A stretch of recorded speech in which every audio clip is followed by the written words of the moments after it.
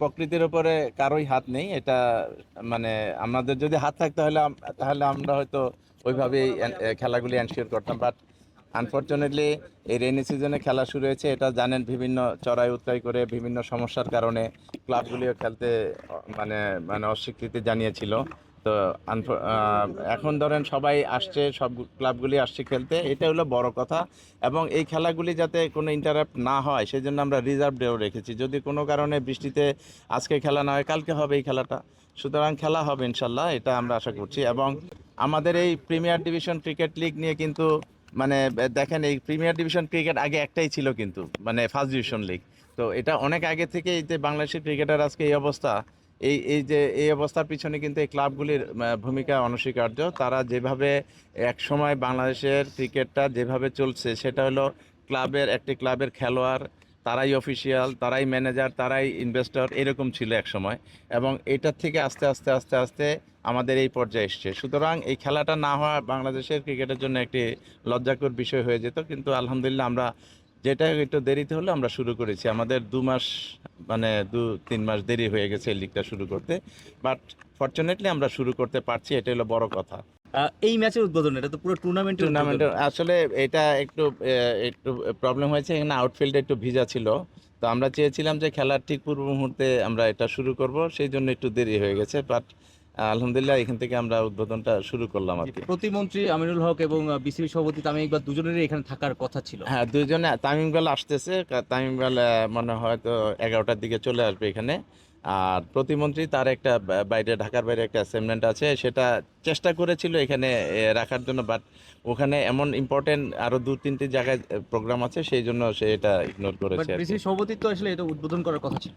হ্যাঁ, বিসিসি সভাপতি একটু দেরি হয়ে গেছে। আর আমাদের সভাপতি সাহেব আমাকে ফোন করেছিল একটু আগে যে আমি আসতেছি, হয়তো 10:30 11টার ভিতরে চলে আসবে মাঠে ইনশাল্লাহ। বাবু ভাই, প্রতিমন্ত্রীর আসার কথা ছিল, উনি আটকে গেছেন। ও ঢাকার বাইরে যাচ্ছে, এটা এখানে। প্রেসিডেন্টেরও দেরি হয়েছে।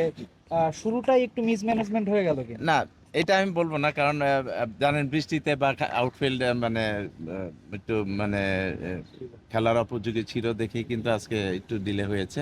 মিসম্যানেজমেন্ট আমি বলবো না, আমরা কেউ থাকলেই হলো। কিন্তু এটা কালকেই কিন্তু রাতেই সিদ্ধান্ত হয়েছে যে সে আসতে পারবে না, এই কারণে যে ঢাকার বাইরে তার একটা অ্যাসাইনমেন্ট আছে।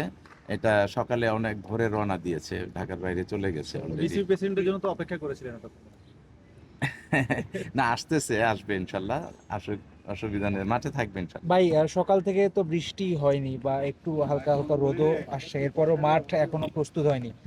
মাঠের মান নিয়ে কি বলেন? না, এখানের যে ফ্যাসিলিটিস, আর গত কয়েকদিন যাবত কিন্তু মানে বৃষ্টি হচ্ছে, আপনারা দেখেছেন। তো ইনশাল্লাহ খেলা হবে। এটা হয়তো সাময়িক প্রবলেম হচ্ছে, বাট খেলা হবে ইনশাল্লাহ। মাঠ কিন্তু সুন্দর, শুধু বোলিং রান আপটা যেখানে আছে, বলারের রান আপটার জায়গায় একটু প্রবলেম আছে, সেই জন্য আমরা কোনো রিস্ক নেইনি।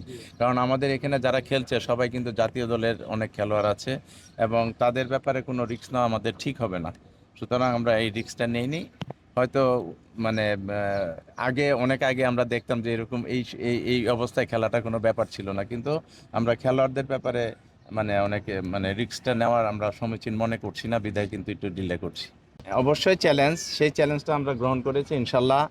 বৃষ্টি না হলে প্রত্যেকটা জায়গায় সুষ্ঠু সুন্দরভাবে লিগের খেলা অনুষ্ঠিত হবে ইনশাল্লাহ।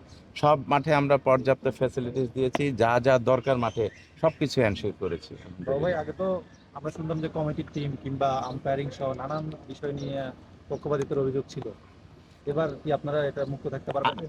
বিগত দিনে কি হয়েছে আমি এটা মানে আনতে চাই না, তবে আমি আমি মনে করি এই 12টা ক্লাবই আমাদের দেশের ক্লাব, এই 12টা ক্লাবই ক্রিকেট বোর্ডের ক্লাব। সুতরাং এখানে আমি তখন বেশি খুশি হব যখন 11 নম্বর 12 নম্বর টিম 1 নম্বর টিমকে হারিয়ে দেবে। তখন আমরা বলবো যে আমরা সাকসেসফুল। কারণ হলো আমরা মনে করি যে ওই ক্লাবগুলি যদি ভালো খেলে তাহলে বাংলাদেশের ক্রিকেটটা আরও এগিয়ে যাবে।